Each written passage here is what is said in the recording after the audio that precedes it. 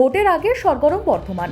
নির্বাচন কতটা অবাধ আর শান্তিপূর্ণ হবে সেই পরিস্থিতি খতিয়ে দেখতেই এবার সরাসরি ময়দানে নামলেন বিশেষ রোল অবজারভার সুব্রত গুপ্ত। মঙ্গলবার বর্ধমান সদর থানায় এক হাই প্রোফাইল বৈঠকে যোগ দিলেন তিনি। সঙ্গে ছিলেন রাজ্য পুলিশ অবজারভার এন.কে. মিশ্র। এই মেগা বৈঠকে উপস্থিত ছিলেন পূর্ব বর্ধমানের জেলা শাসক শ্বেতা আগরওয়াল, জেলা পুলিশ সুপার সায়ক দাস এবং অতিরিক্ত পুলিশ সুপার অর্ক ব্যানার্জি।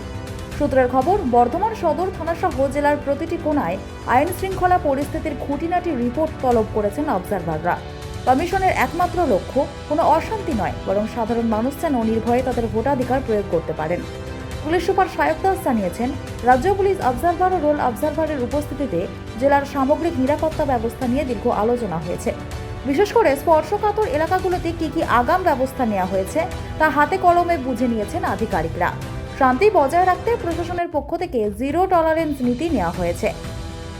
নির্বাচন কমিশনের এই কড়া নজরদারি কি পারবে বর্ধমানের ভোটকে সম্পূর্ণ অবাধ করতে? সাধারণ মানুষের নজর এখন সেদিকেই।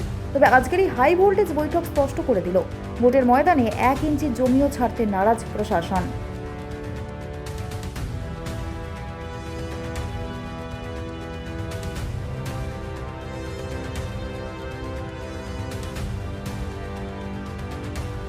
Police observer sir, general police observer স্টেটের ওনারা ভিজিটে এসেছিলেন।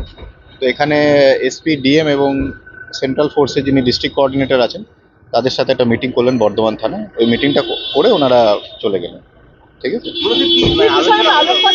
ইলেকশনের প্রিপেয়ারনেস কিরকম আছে সেই ব্যাপারগুলো ওনারা আমাদের সাথে ডিসকাস করলেন। আমাদের কি প্রিপারেশন প্ল্যান আছে, কিরকম কোঅর্ডিনেশন আছে, এইগুলো ওনারা মূলত ডিসকাস করলেন। ঠিক আছে, ওনারা ইলেকশন প্রিপেয়ারনেসের উপরই আজকে জিজ্ঞাসা করতেন। ঠিক আছে, ঠিক।